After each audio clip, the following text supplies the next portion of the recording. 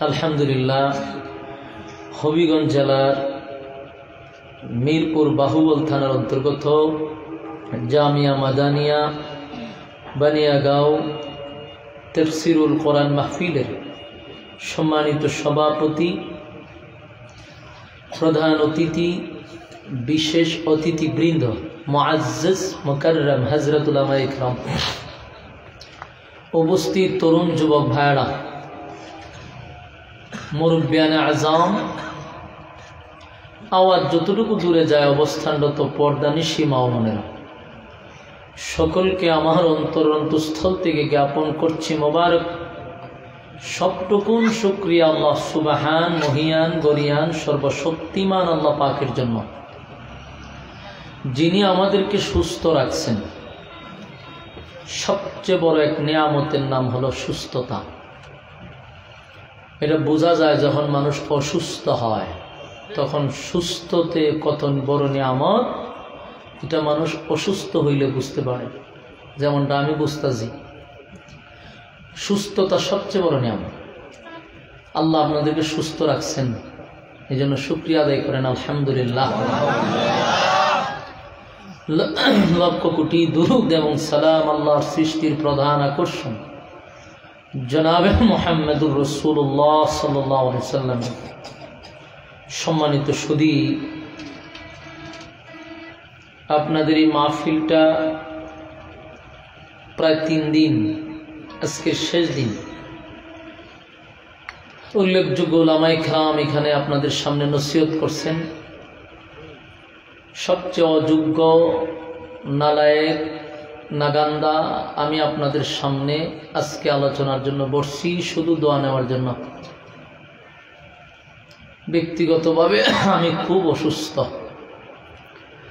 অসুস্থ কথাটা কোনো কমিটিকে যদি কোনো বক্তায় বলে, কমিটি আজ পর্যন্ত, আমার 8 বছরের অভিজ্ঞতা, আমি বয়ান করি প্রায় 8 থেকে 9 বছর। আমার বাস্তব জীবনে কোনো কমিটি এটা হাসি মুখে মাইনা নিচ্ছে অথবা উল্টা দোয়া করছে, হুজুর ঠিক আছে আপনি অসুস্থ, আপনি রেস্ট নেন, এই কথা আমার লাইফে আমি শুনছি না। বরং কয় কোনো রকমায় করেন, যেমনে পারেন একটু আসেন, ওয়াশ করার লাগতো না, বসে থাকেন। মানে মোট কথা হলো আপনাকে হাজিরা দিতেই হবে। আর যদি একান্ত কমিটির কথা না শুই না, প্রোগ্রাম মিস করে শুয়ে থাকি, পরের দিন দেখবেন গজব শুরু হয়েছে ফেসবুকের ভাইরাসে। ফারুক বা না ফারুক, তাইসির পরে ফুলাফান ছোটো ছোটো ইডিও গালি দেয়। হ্যাঁ, আমাদের ছাত্রের সমান ফুলাফান ইডি শুদ্ধা ফেসবুকে গালাগালি করে বড় বড় আলেমদেরকে নিয়ে। উগ্র একটা জাতি বাইরেছে, ফেসবুক উগ্র। এই উগ্র নব্য কিছু ফুলাফান আছে, এদের যন্ত্রণায় ফেসবুক পুরা ভাইরাস হয়ে গেছে। এটার ফেসবুক রয়েছে। এই ভয়ে চিন্তা করলাম যে আমি তো অসুস্থ, এটা তো পরে ক্লিয়ার হইব, আগে তো 14 গোষ্ঠী উদ্ধার হইব। এই কারণে আমি হুজুরে বলছি ফোন করে, খাদেমও বলছে যে দেখেন অসুস্থ, ডাক্তার বলছে আপনার যে সমস্যা, বুকে কফ জমে গেছে, এসরা করে কফ বাইর করতে হইব, এখন রেস্ট নেন, অনুবাস করতে যায় না। চিন্তা করেনি, শরীর লই আবার ড্রাইভার গেছে গা আমার থেকে আরো অসুস্থ, হাতের জ্বর চাবি দিছে আমার তো, আমি এমনি অসুস্থ, আবার গাড়ি চালাই আয় প্রোগ্রাম করতাম। শরীরের কন্ডিশনটা ভালো না। এরপরও আসছি, ওষুধ চাইছি হুজুরের কাছে যে আমার একটু আগে দেন, বলা যায় না, অ্যান্টিবায়োটিক খাইছি, শরীর দুর্বল হয়ে যাবে। আমি শুধু দোয়া নেওয়ার জন্য আপনাদের এখানে আসছি। এরপরও যদি যতক্ষণ কথা বলা যায়, রাস্তাঘাটে যারা আছেন আপনারা যদি প্যান্ডেলের ভিতরে বসেন, তাহলে আমার কথা বলার একটু আগ্রহ বাড়তে পারে। যেই পরিবেশ করে তুইছেন, এই পরিবেশে আগ্রহ এমনি কমে গেছে না। অন্তত পক্ষে যারা বাইরে ঘোরাঘুরি করতেছেন, যেমন নতুন দাম আনাইলে যেভাবে সুবে দেখে, আমার এইভাবে সুবে দেখতেছে। আবার কেউ আছে দোকান ভাটক বইয়ে দিছে, টেস্ট করতেছে বক্তারে। এইগুলা না করে আমি পরিচিত, আমি হবিগঞ্জের, আপনার হবিগঞ্জের, কি দেখো আমার বাড়ি হবিগঞ্জ, লেখা দেয় ঢাকা। এটা তো মারাত্মক খারাপ জিনিস। আমরা সিলেটের প্রোগ্রাম করলে ডালে ঢাকা কি থামি এটা বুঝতে, ঢাকা আমি থাকি, এটা হলো ভিন্ন জিনিস। আমার বাড়ি তো হবিগঞ্জ, হবিগঞ্জ লিখলে কি হয়? আমি হবিগঞ্জের মানুষ, আপনারা আমার দেখার নতুন করে কিছু নাই, ফ্যান্ডেলের ভিতরে বসে যান, আপনারাও দেখলে আমার কিছু কথা বাইরিব, বসে যান। বিষয় দিছে দুইটা, একটা জান্নাত একটা জাহান্নাম। এক বিষয় ওয়াজ করতে লাগবে কয় সময়, দুই বিষয় আর টাইম আনুন কেমনে, লম্বা সময়ের দরকার, কতক্ষণ চলে আল্লাহ না জানে। এই জন্য আমি আয়াত পড়ছি জাহান্নামের, জাহান্নাম থেকে কিছু কথা বলা দরকার। অল্প সময় কিছু কথা বলতে চাই। রাস্তাঘাটে দোকানপাটে আপনারা মেহরবানি করে ফ্যান্ডেলে আসেন।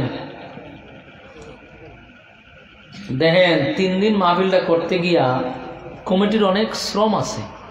একটা মাহফিল 4টি গানি কথা না, আমি একটা করছি কদিন আগে, দেখছেন নি? আরে বাপরে বাপ, এইটাই আমার মারে গেছে। ঘুম নাই, খানা নাই, একলা মানুষ। আপনারা তো হুজুর আছে, আমাদের একজনে দেহে, আমাদের একজনে দেহে। আমার বাথরুমও বদনা নাই, এটাও আমার খেয়াল করন লাগছে যে রে 4টা বদনা দেওয়ান লাগবো, এতটুকু আমার মাথাত রাখুন লাগছে। আমার বুঝই না আমার সহযোগিতা কতজন, একা মানুষ, বিশাল আঞ্জাম দিছি, দিয়েও অসুস্থ হয়ে গেছি।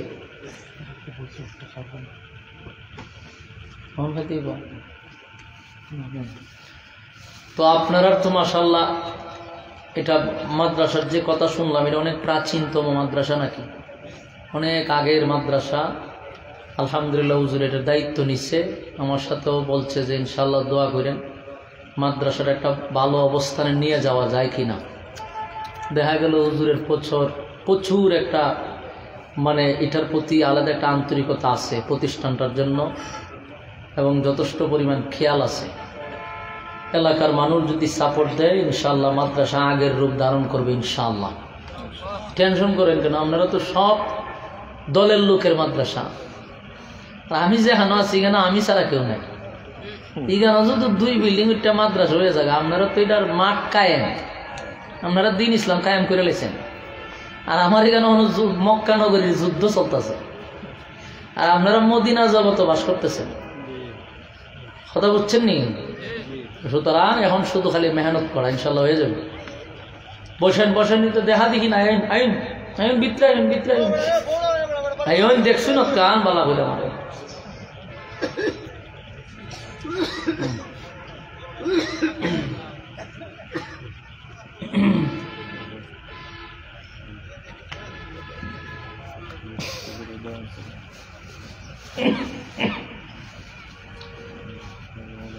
সম্মানিত সুধী, আমি আপনাদের সামনে মহাগ্রন্থ আল কোরআন থেকে কয়েকখানা আয়াতে কারিমা তেলাওয়াত করছি। আয়াতগুলিকে সামনে রেখে অল্প সময় কিছু কথা যেন আল্লাহ আমার জবান দিয়ে বাহির করে দেয়, আপনাদেরকেও শ্রবণ করার তৌফিক দেয়। আমিন।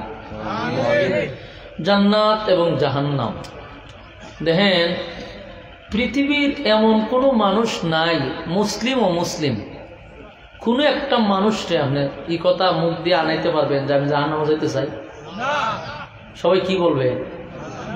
জান্নাতও যেতাম। কেউ জাহান্নামে যেতে চায় না। অমুসলিমরে জিজ্ঞাসা করলেও বলবে যে হুজুর আমি স্বর্গে যেতে চাই, ঠিক না? নরকে যেতে চায় না। আমরাও চাই জান্নাতে যেতে, জাহান্নামে না। কিন্তু জান্নাত কিরা মামুর বাড়ি নি কোন চাই? এটা কি আমরা শ্বশুর বাড়ি যে আমরা চাইলেই ভাইলাম? আমরা তো চাহিদা জান্নাত, কিন্তু জান্নাত চাইলেই কি পাওয়া যায়? জান্নাতে যাওয়ার জন্য শর্ত আছে নি?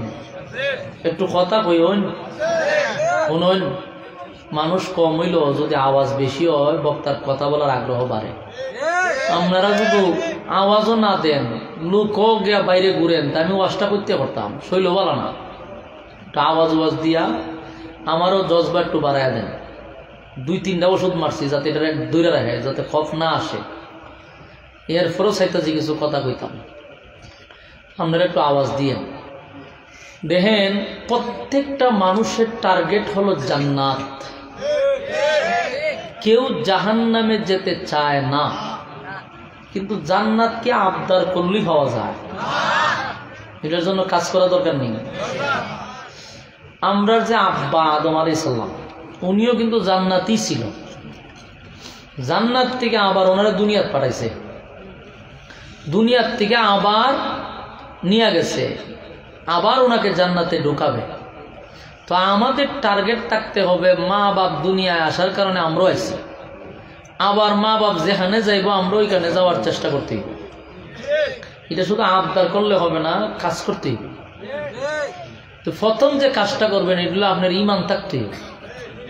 ইল্লাল্লাযীনা আমানু, এক নম্বরে তোমার ইমান আনতে হবে।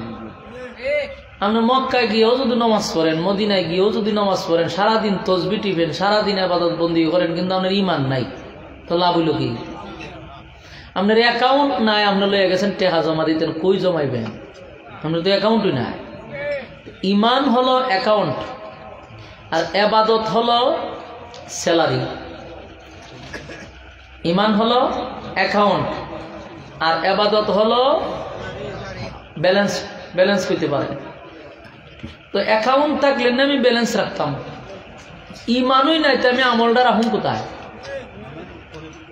আগে আমাদের ইমান আনতে হবে। এই জন্য আল্লাহ বলেন ইল্লাল্লাযীনা আমানু, এক নাম্বার ইমান আনো। ইমানটার পরে আপনার ব্যালেন্স। ওয়া আমিলুস সলিহাত, নেক আমল করো। তাহলে আগে কি আছে? ইমানের কথা। ইমানের ভরে কিন্তু নেক আমল। তো ওই নেক আমল নিয়ে ইমানের জায়গা তৈবেন। ইমান থাকলে অন্যান্য জমা রাখতেন। আমাদের দেশের অনেক মানুষ আছে 5 ওয়াক্ত নামাজ পড়তেছে, তসবিও মাশাআল্লাহ আতো আছে, মাশাআল্লাহ দেখতে বড় আল্লাহওয়ালা বুজুর্গ, কিন্তু ভিতর দিয়ে ইমানে তালাক দিয়ে গেছে। বেচারা কইতে পারে, কারণ কোনান্দা কোন কথা কইছে ইমান গেছে। আ জায়গায় বে জায়গায় মাথা টেকাই দিছে, ইমান গেছে। আ জায়গায় বে জায়গায় গেছাইয়া বইয়া দিছে, ইমান গেছে। কিন্তু সে ইবাদতের দিকে খুব পারদর্শী, ইবাদত করতেছে, কিন্তু অ্যাকাউন্ট নাই, এই ব্যালেন্স দিয়ে কই জমা হইতেছে এটার কোনো মা বাপ নাই। এই জন্য আল্লাহ বলেন এক নাম্বার ইল্লাল্লাযীনা আমানু, ঈমান আনো আমি আল্লাহর উপর। 2 নাম্বার হলো ওয়া আমিলুস সলিহাত, নেক আমল করো। ঈমান আর আমল লইয়া যদি কবরে আসো, ওয়াদা দিলাম সর্বনিম্ন জান্নাত পাইবা 10 পৃথিবীর সমান। সর্বনিম্ন জান্নাত হবে 10 পৃথিবীর সমান জান্নাত। আল্লাহ রাব্বুল আলামিন আমাদেরকে দান করবে যদি আমাদের ভিতরে ঈমান আর আমল থাকে। ঈমান নাই, আমল নাই, শুধু জান্নাতের দাবি করলেই তো জান্নাত পাওয়া যাবে না। জান্নাত পাওয়ার জন্য আমার আপনার কাজ করা দরকার। 1 নাম্বার ঈমান আমল। ইল্লাল্লাযীনা আমানু, ঈমান আনো, ঈমান আনো। আর যে ব্যক্তি ঈমান আনবে তার উপরে ঈমানের পরীক্ষাও আসবে। কোন ঈমানদার বিনা পরীক্ষায় উত্তীর্ণ হয় নাই। যুবক ভাইরা, ঈমান আনবেন আর ঈমানের পরীক্ষা আসবে না, এটা হতে পারে না। কথা কি বুঝতেছেন?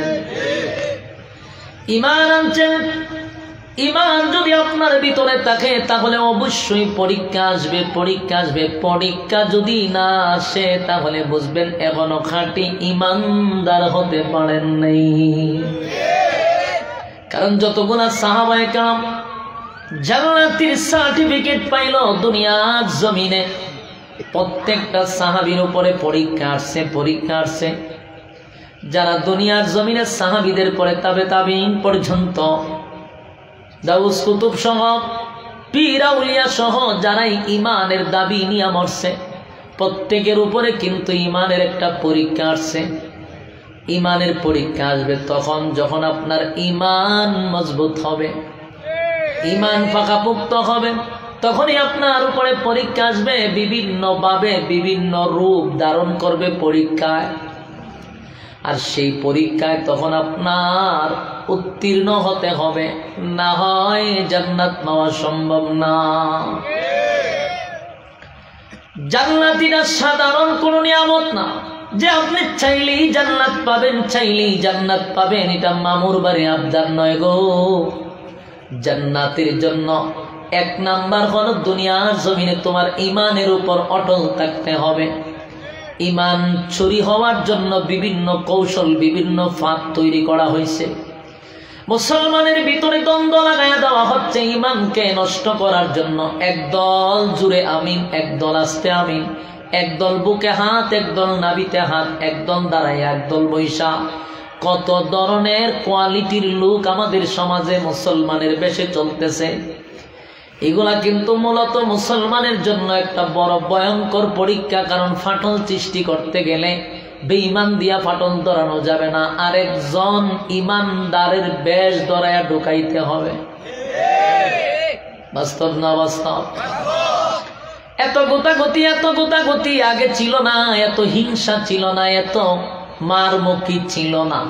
বর্তমানে যেই পরিমাণ হিংসা বিদ্বেষ, যেই পরিমাণ হিংসা আগে ছিল না, এখন সবচেয়ে বেশি আমাদের ভিতরে। ওয়াজ কি আপনাদেরকে করব, কিছুদিন পরে ওয়াজ আপনারা আমরারে করবেন। কারণ লক্ষণ এমন খারাপ, কারণ আমরা নিজেরাই ঠিক না, আমরা একজনের ছায়া আর একজন দেখতে পারি না।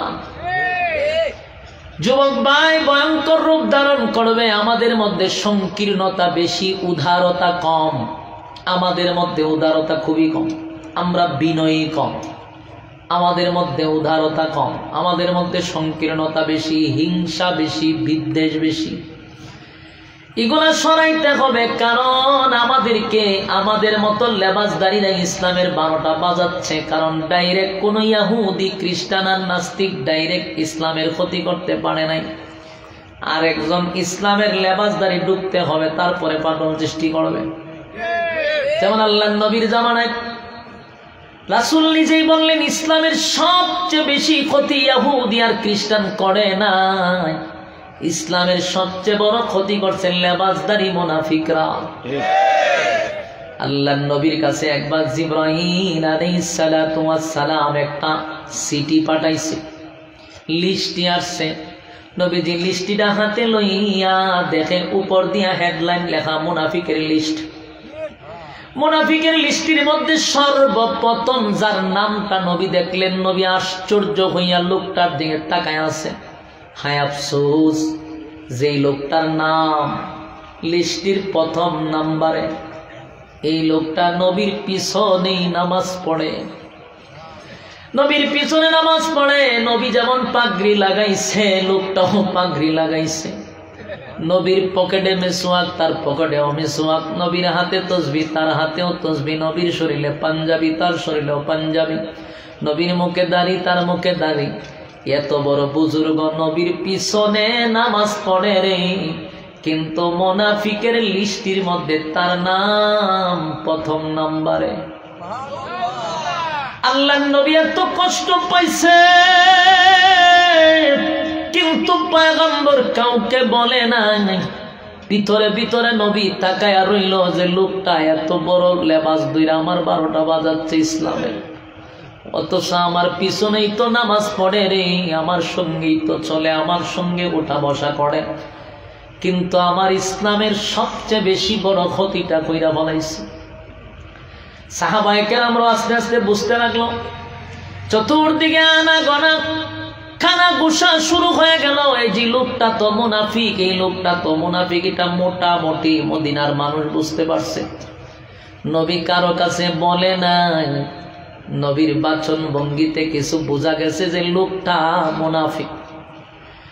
হযরত ওমর বুঝতে পারছে লোকটা মুনাফিক। আস্তে আস্তে গোটা মদিনার সাহাবীরা বুঝতে পারল লোকটা মুনাফিক, কিন্তু লেবাস কিন্তু বহুত বড়। মুনাফিক বোঝা যায় না, মুনাফিকের লেবাস মুমিনের চেয়েও বড় থাকে। কথা হয় না? মুমিনের চেয়েও লেবাস মারাত্মক। আল্লাহর নবী কাউকে বলে না। কিছুদিন পরে ওনার একজন ছেলে, মুনাফিকের ছেলে, তার নাম হলো আব্দুল্লাহ, নবীর একজন সাহাবী, তার ঈমান আছে, নবীর একান্ত সাহাবী। সে নবীর কাছে দৌড়াই আইসা বলে, নবী গো, আমার আব্বা দুনিয়ার থেকে বিদায় হয়ে গেছে। মানে ওই যে মুনাফিক মারা গেছে।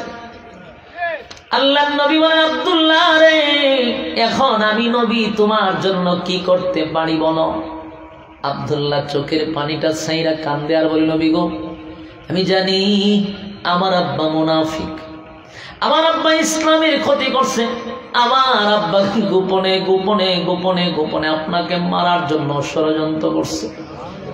আমার বাবা ইসলামের সমস্ত গোপনীয়তা বেঈমানদের কাছে সাপ্লাই দিছে।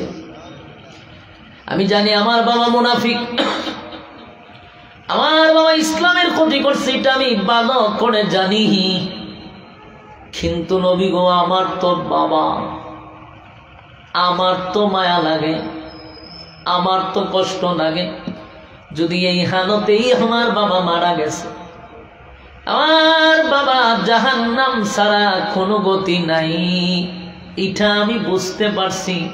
কিন্তু আমার দিলে একটা সাক্ষী দেয়, আপনি নবী যদি আমার আব্বার জানাজা পড়ায়া দেন, হয়তো বা আপনি নবীর জানাজার বরকতে আমার আব্বারে আল্লাহ মাফ করে দিবে। আজিনি সুবহানাল্লাহ। এরা কিতা সাপ খেলা দেখে, সাপ খেলা দেখেনি জিগান চান না, দুই একজনের জিগান বলে সাপ লইছে বাদ্যা বিদ্যুতে বাজারও দেখছি বেড়াইতে খারিয়া সাপ খেলা দেখে। এটা নিয়ে সাপ খেলার জায়গা নেই, লক্ষণ তো খুব খারাপ। বইয়া যান গা, বইয়া যান গা। কথাগুলি কি দিল দিয়া শুনতেছেন? মনোযোগ দিয়া শুনেন। আব্দুল্লাহ চোখের পানি ছেড়ে নবীরে বোঝায়, পয়গম্বর আমার সাহস নাই আপনাকে বলা, কিন্তু আমি তো আপনাকে কলিজাত থেকে মহব্বত করি গো নবী, আপনার জন্য জীবনটা দিত আমি প্রস্তুত। আমার আব্বা যে খারাপ শয়তান ছিল এটা আমি জানি, আমার বাবা শয়তান ছিল আমি জানি, কিন্তু বাবা তো আমার মায়া লাগে। আমার আব্বার জানাজা যদি আপনি নবী পড়ায়া দেন, আমার দিলে সাক্ষী দেয় আল্লাহ মাফ করতে পারে।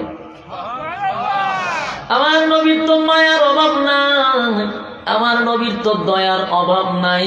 নবীর মায়া দয়া বেশি, নবীর দিলটা বড় নরম, রাহমাতুল লিল আলামিন। নবীর তো মায়া। নবী বলেন, আব্দুল্লাহ রে, আমি নবী যদি তোমার আপনার জানাজা পড়ায়া দেই, আর আমি নবীর জানাজার বরকতে তোমার আব্বার গুনাহ আমার আল্লাহ মাফ করে দেয়, যাও আদা দিলাম, আমি তোমার আব্বার জানাজা পড়ায়া দিব। যেই মাত্র নবী বলছে জানাজা পড়ায়া দিব, একটা সেকেন্ড দাঁড়ায় নাই, আব্দুল্লাহ ওইটা দৌড় মারছে।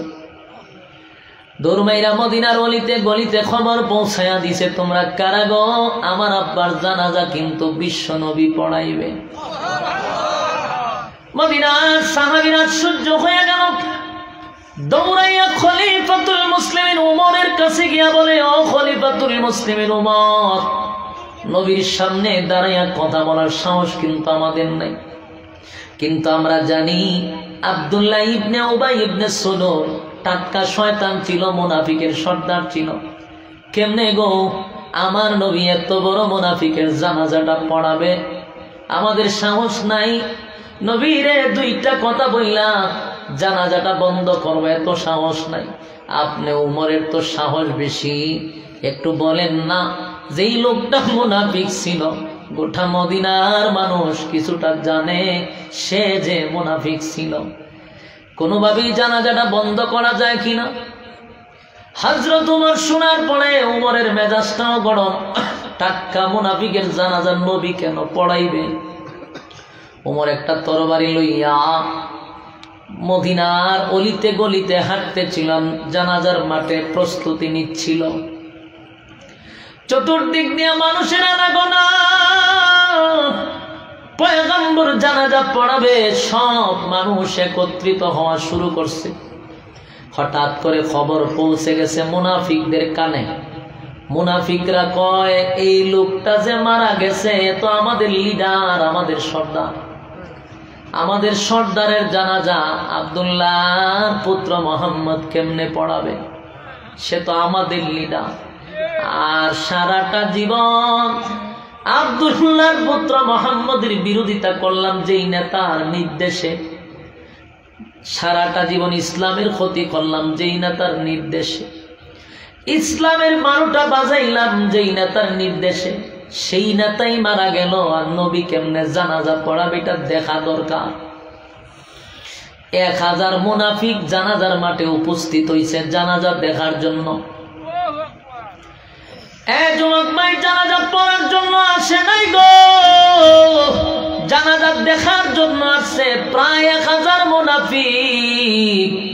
1000 মুনাফিক জানাজা দেখার জন্য আসছে। পয়গম্বর জানাজার মাঠে দাঁড়াইছে, হযরত ওমরের চেহারাটা লাল হয়ে গেছে। নবীরে কিভাবে ফিরানো যায় যে মুনাফিকের জানাজা আপনি পড়েন না? কিন্তু ওমরেরও সাহস নাই নবীরে বলবে যে জানাজাটা পড়ায়েন না, এটা অর্ডার হয়ে যায়। নবীরে অর্ডার দেওয়া যায় না, আদেশ করা যায় না। হযরত ওমর পাগল পাগল পাগল হয়ে গেল, কেমনে রে নবীরে জানাজার থেকে ফিরানো যায়? ডাইরেক্ট তো বলতে পারবো না যে নবী জানাজা পড়ায়েন না। এখন আমি কি বলতে পারি? নবীর কাছে গিয়া উমরের একটা আয়াতের কথা স্মরণ হইছে।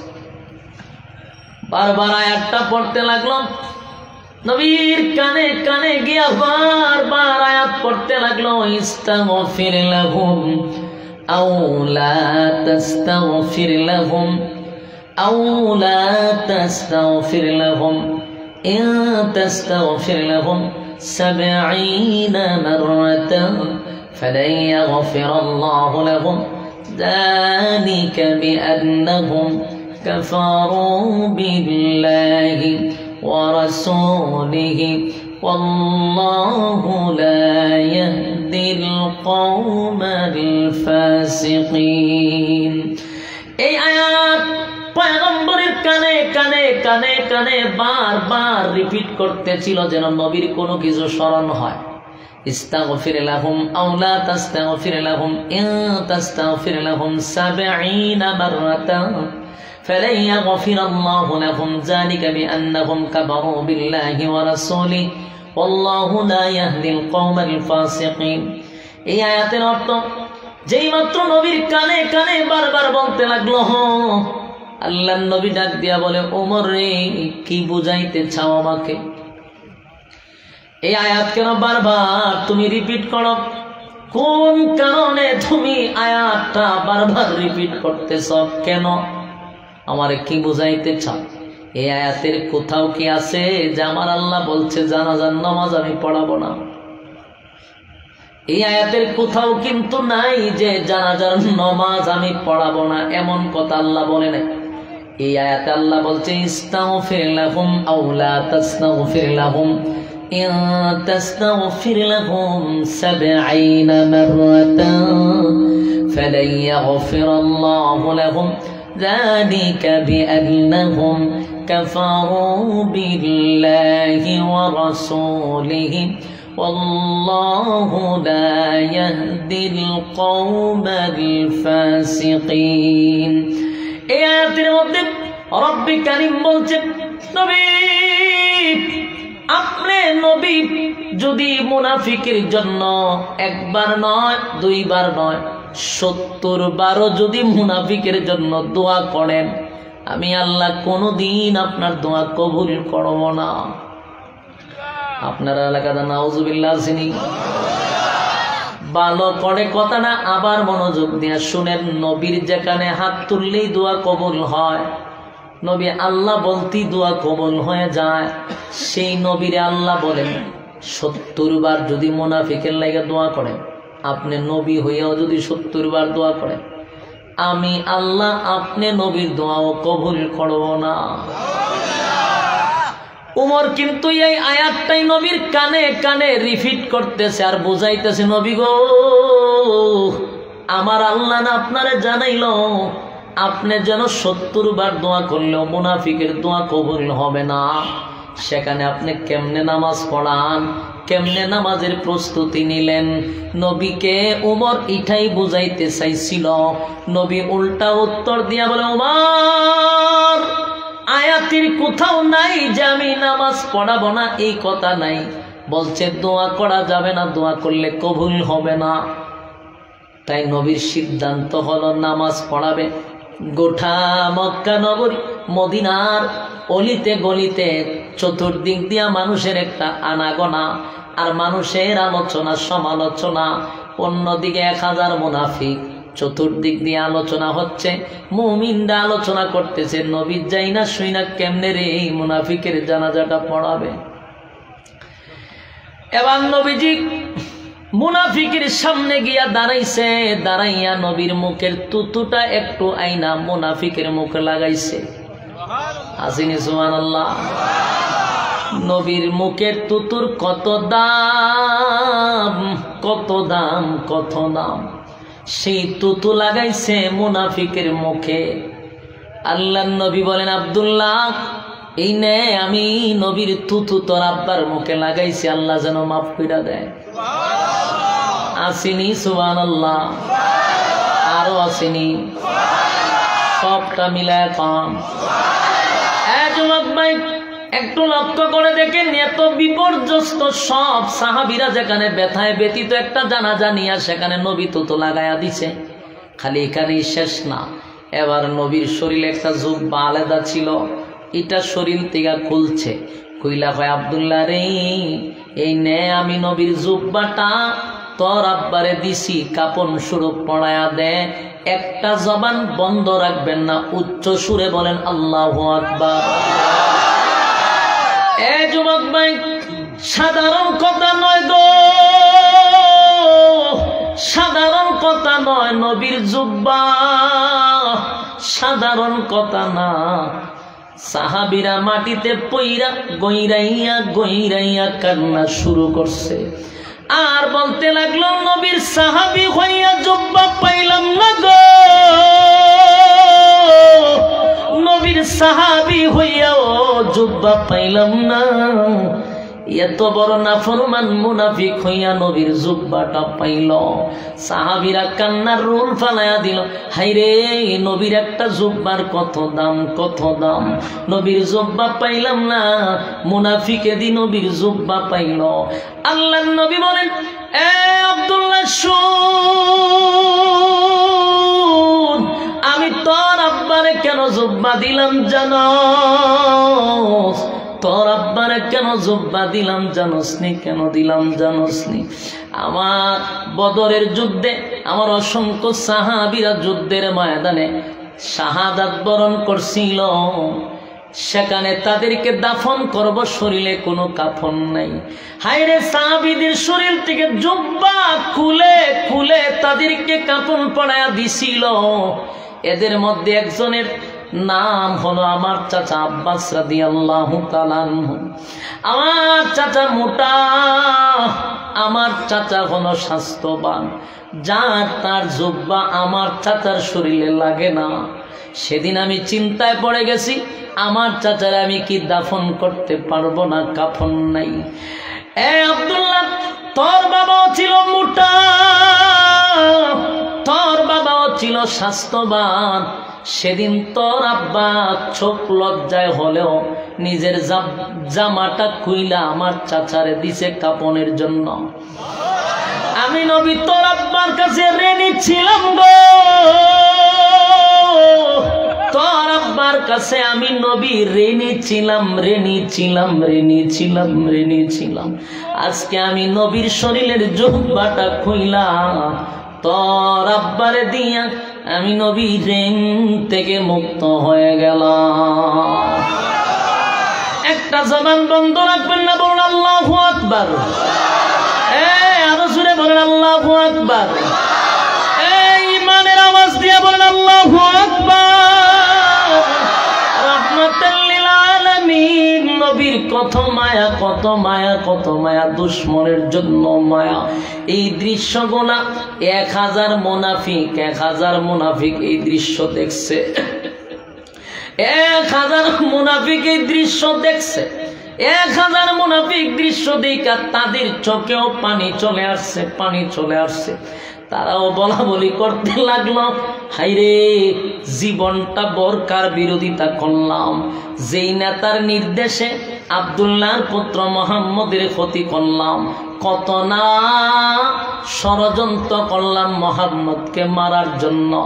সেই মুহাম্মদ আমার নেতা দুনিয়ার থেকে বিদায় হয়ে গেল, মুহাম্মদের 1 নাম্বার শত্রু, অথচ শত্রুর প্রতি তার কত মায়া, শত্রুর প্রতি তার কত মহব্বত, কত ভালোবাসা। এই দৃশ্য দেখে 1000 মুনাফিক চোখের পানি ছেড়ে নবীর সামনে দাঁড়ায় বলে, নবী গো, বুঝতে পারি নাই আপনাকে, চিনতে পারি নাই, চিনতে পারি নাই। আপনার দুশ্মনের প্রতি যদি আপনার এত মায়া মহব্বত হয়, তাহলে আপনার বন্ধুর জন্য কত মায়া। আর শত্রু হয়ে থাকতে চাই না, আপনার বন্ধু হতে চাই। পড়ায়া দেন লা ইলাহা ইল্লাল্লাহু মুহাম্মাদুর রাসূলুল্লাহ সাল্লাল্লাহু আলাইহি ওয়াসাল্লাম। যুবক ভাইরা আমার, যেই কথা বলতেছিলাম, আব্দুল্লাহ ইবনে উবাই ইবনে সুলুল তো জানাজা পড়ায়া দিল, কিন্তু কবরের সামনে যেতে না যেতে আল্লাহ আয়াত আর একটা নাজিল কইরা জানায়া দিছে। আল্লাহ বলেন, ওয়ালা তুসাল্লি আলা আহাদিম মিনহুম মাতা আবাদান ওয়ালা তাকুম আলা কবরি। পরবর্তীতে আয়াত নাজিল করে আল্লাহ বলেন, বন্ধু আর কোনদিন মুনাফিকের জানাজা পড়াবেন না। বলুন, নবী কিন্তু জানাজা পড়ায়া দিছে, এরপরও কি আব্দুল্লাহ ইবনে উবাই ইবনে সুলুল আল্লাহ মাফ করছে? কথা কইনা দি, মাফ করে নাই, মাফ করে নাই, মাফ করে নাই। পরবর্তীতে আয়াত নাজিল করে আল্লাহ জানাইছে, আর কোনদিন মুনাফিকের জানাজা পড়বেন না। এই যুবক ভাই, এটাই বুঝাইতে চাইছিলাম, আমাদের সমাজে দাড়ি আছে, টুপি আছে, পাঞ্জাবি আছে, লেবাসের দিক দিয়া কোনো দিক দিয়া কমতি না, কিন্তু ভিতরে হুদ্দা শয়তানি। আর শয়তানি আব্দুল্লাহ ইবনে উবাই ইবনে সুলুলের মতো। যতই মনে রাখবা, লেবাস দিয়া ইসলাম চলে না। ঈমান নামক দৌলত যদি থাকে, আর নেক আমল লইয়া যদি কেউ কবরে যেতে পারে, নবীর জানাজা লাগবে না। আল্লাহ তাআলা বলেন, ঈমান আর আমল লইয়া কবরে গেলে আমি তোরে 10 দুনিয়ার সমান জান্নাত দিব। এখন তো নবী নাই, নবী জানাজাও করবে না, কিন্তু আলেমরা যদি তোমার জানাজা পড়াইয়া কবরে দেয়, আল্লাহ বলেন ঈমান আর আমলের কারণে আমি আল্লাহ তোরে 10 দুনিয়ার সমান জান্নাত দিব। আর যদি ঈমান আর আমল না লইয়া কবরে যাস, ইন্না জাহান্নামা কানাত মিরসাদা, নিশ্চয়ই জাহান্নাম তোদের জন্য ওত পেতে বসা, লিত্তাগিনা মাআবা, সীমা লঙ্ঘনকারীদের জন্য জাহান্নাম, লাবিসিনা ফিহা আহকাবা, যুগের পর যুগ সেখানে অবস্থান করবি, লা ইয়াযুকুনা ফিহা বারদান ওয়ালা শারাবা, সেখানে কোনো ঠান্ডা পানি অথবা মিষ্টি পানি তোমাদেরকে দেওয়া হবে না। পানির পিপাসা লাগলে ইল্লা হামিমা ওয়া গাসসাকা, বিষাক্ত পানি আর রক্ত পুজ আমাদেরকে দেওয়া হবে পান করার জন্য। এই পানি পান করার পরে চিৎকার দেয়া বলবে, মালিক আমাদেরকে কি একটু ঠান্ডা পানি দেওয়া যায় না? আল্লাহ বলবেন, জাযাআও ওয়াফাকা, বান্দারে দুনিয়াতে আমি অনেক নিয়ামত দিছিলাম, খাইছো, তার নাফরমানি করছস, এখন জাহান্নামে আসছস, শাস্তি ভোগ করতে থাক। এই যুবক ভাই, শেষ একটা কথাই বলবো, দুনিয়ার জমিনে শুধু জান্নাত জান্নাত করলেই জান্নাত পাওয়া যায় না। জান্নাতে যেতে হলে 1 নাম্বার ঈমান আর আমল কমপ্লিট কইরা যাইতে হবে, ঠিক?